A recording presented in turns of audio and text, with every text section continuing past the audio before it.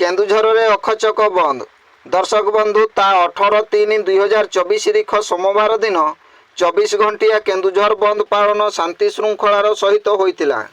ଦିନ ବେଳେ ଜରୁରୀକାଳୀନ ଗାଡ଼ି ଯଥା ଆମ୍ବୁଲାନ୍ସ ବ୍ୟତୀତ ଅନ୍ୟ ଗାଡ଼ିଗୁଡ଼ିକ ସମ୍ପୂର୍ଣ୍ଣ ଚଳାଚଳ ବନ୍ଦ ଥିବାବେଳେ ଦୂରଦୂରାନ୍ତରୁ ଆସୁଥିବା ଲୋକମାନେ କେନ୍ଦୁଝର ବନ୍ଦ ଯୋଗୁଁ ବିଭିନ୍ନ ସମସ୍ୟାର ସମ୍ମୁଖୀନ ହେଉଥିବା ଦେଖିବାକୁ ମିଳିଥିଲା।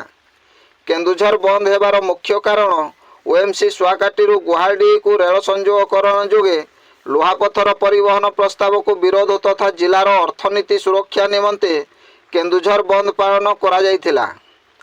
କେନ୍ଦୁଝର ଜିଲ୍ଲାର ମୁଖ୍ୟ ବ୍ୟବସାୟ ଟ୍ରକ୍ ମାଧ୍ୟମରେ ଲୁହାପଥର ସ୍ଥାନୀୟ ମାଇନ୍ସ ଗୁଡ଼ିକରୁ ନେଇ ଅନ୍ୟ ଏକ ଠିକଣା ସ୍ଥାନରେ ପହଞ୍ଚାଇଥାନ୍ତି, ଯଦ୍ୱାରା ଟ୍ରକ୍ ମାଲିକଙ୍କର ଗୁଜୁରାଣ ମେଣ୍ଟିବା ସହିତ truck driver, helper, finance company, ଏପରିକି ପାନ ଦୋକାନୀ ଏବଂ ପନିପରିବା ଦୋକାନୀ, ଚା ଦୋକାନୀ ଭାଇମାନେ ମଧ୍ୟ ଏହାର ଲାଭ ପାଇଥାନ୍ତି।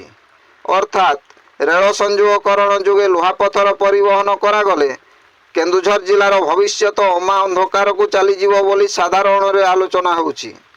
ଏଣୁ ରେଳ ସଂଯୋଗକରଣ ଯୋଗେ ଲୁହାପଥର ପରିବହନ ପ୍ରସ୍ତାବକୁ ନେଇ ଯେଉଁ ସାଂସଦ ସଂସଦକୁ ଯାଇଥିଲେ ଥରେ ଚିନ୍ତା କରିଥାନ୍ତେ, ଥରେ ମାତ୍ର ମନେ ପକାଇଥାନ୍ତେ ଗରିବ କୁଡ଼ିଆର ଭାତ ହାଣ୍ଡି କଥା। Bureau report, Janajagaran Odia.